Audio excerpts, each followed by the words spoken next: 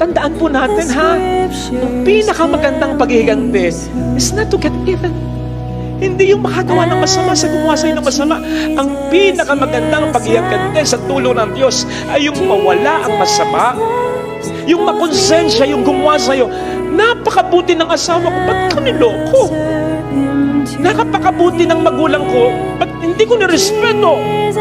Napakabuti ng kapatid ko, isang beses hindi niya ako napagbigyan, nagtampo ko, nakalimutan ko yung maraming beses na ginawa niya pagtulong sa akin. Napakabuti ng anak ko, ba't tinakwil ko? Wala akong kontento.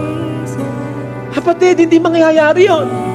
Kapag puro masama ang ibibigay mo dahil puro masama ang binigay niya sa'yo, huwag mong aalisin yung chance. Wag! Kasi maapektuhan ka rin. Lalo na kung hindi ibang tao yung nagkasala sa'yo. Mga kapatid, mahirap ito. Pero isipin po ninyo, hihingin ba sa atin ng Panginoon ito nang hindi natin kakayanin? No.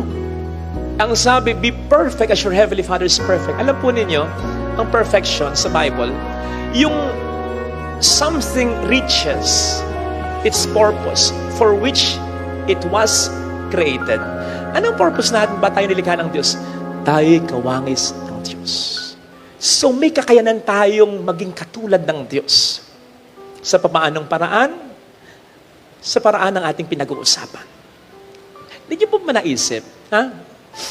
Ang sabi sa Ebanghelyo, kapag nagpapatawad daw tayo magiging tunay na mga anak ng Diyos. Isipin niyo yun. Hindi sinabing kapag nagbibigay kayo, mas mahirap kasi ang magpatawad. Ibig sabihin ba nun, kapag nagpapatawad tayo lang ang anak ng Diyos, yung iba hindi, kasi hindi sila nagpapatawad, anak din sila ng Diyos. Kaya lang, lumulutang yung pagiging anak mo ng Diyos. God is like, nagpatawad ka, iba yung anak kong ito. Napakabuti ng anak kong ito. Iba sa lahat ng mga anak ko. Napag-usapan natin dati, 2 or 1 Sunday ago, yung love na, I love you so much. Ang sabi ng Panginoong Diyos sa kanyang anak, this is my beloved son, in whom I am well pleased. I love him so much. Bakit ganun ang tingin ng Diyos Ama sa Diyos Anak? Kasi sobrang magmahal ang Diyos Anak. Nagkatawang tao na mamamatay pa para sa tao. Sobra yung ginawa ng anak ko. Yun yung parang sinasabi doon ng Diyos Ama sa Diyos Anak. Kaya kapag tayo nagpapatawad, kapatid, umaangat ka. Hindi lang doon sa mga nagsisimba, nagdo-donate, gumagawa ng mabuti. Umaangat ka yung level ng kabanalan mo. And God is like, napakabuti ng anak kong ito. I love him, I love her so much. Ganon din naman sa pamilya. Alam ng anak mo kung paano ka sinaktan ng asawa mo, yung tatay niya o kaya yung nanay niya. Depende. Alam ng anak mo yung paghihirap na dinanas mo, yung sakit na naidulot ng panloloko ng asawa mo sa iyo, yung pagkabayaan ng asawa mo sa iyo, and therefore, pati na rin sa mga anak mo. Alam ng anak mo yon, kaya okay lang sa kanya na magalit ka sa tatay niya, sa nanay niya. Pero kung sa kabila ng ginawa sa iyo, ng asawa mo, ng tatay niya o kaya ng nanay niya, magiging civil ka pa rin, pipilitin mong patawarin pa rin. Men! Sabihin ng anak mo, iba yung nanay ko. Iba yung tatay ko.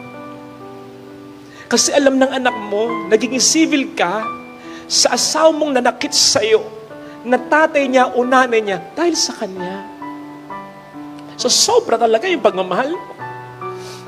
Alam ng magulang mo na napakawalang hiya ng ginawa ng kapatid mo sa'yo na anak niya. Kaya nga minsan siya na rin ang nagsasabi, tikisin mo na talaga yan. Hindi ko namang inampun yan, kapatid mo yan. Anak ko rin yan, pero bakit nagkaganyan? Grabe yung ginawa sa'yo, anak. Siya pa nagsasabi, kasi nararamdaman niya yung pain na ginawa sa'yo ng anak din niya na kapatid mo. Pero kapag nakita niya sa kabila ng ginawa sa'yo ng kapatid mo, tutulungan mo pa rin yung kapatid mo, pautangin mo pa rin, bibigyan mo pa rin, patatawarin mo pa rin.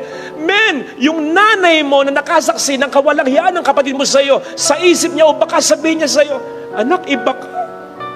Iba ka, anak ko. Alam ng anak mo kung papaano ka binastos ng asawa niya na manugang mo. Pero kung sa kabila ng pagbabastos ng asawa niya na manugang mo sa iyo, nakita ng anak mo, pinakikisamahan mo pa rin at itinuturing mo pa rin pilit na anak mo yung asawa niya na manugang mo, sabihin ng anak mo, "Ma, salamat. Salamat. Kasi hindi mo ako pinapili sa inyo. Sa kabila ng ginawa sa iyo ng asawa ko, minahal mo pa rin dahil sa akin."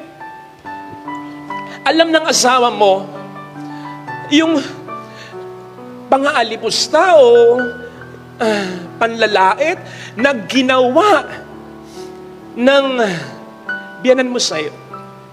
Alam niya yun. Yung nanay niya na biyanan mo.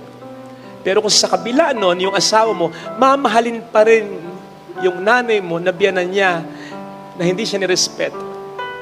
Sasabihin sa'yo ng asawa mo, "Mahal na mahal kita. Iba ka. Kasi sa kabila ng ginawa sa'yo ng nanay ko, ginalang mo pa rin siya. Alam kong dahil yan sa akin. Salamat." Nakita nyo? Lumulutang yung buti mo. Lumulutang talaga. At yun ang hinihingi ng Panginoon sa atin. At hindi niya hihingin kung hindi natin kakayanin. Ito sana, mga kapatid, ang biyaya na ipagdasal natin.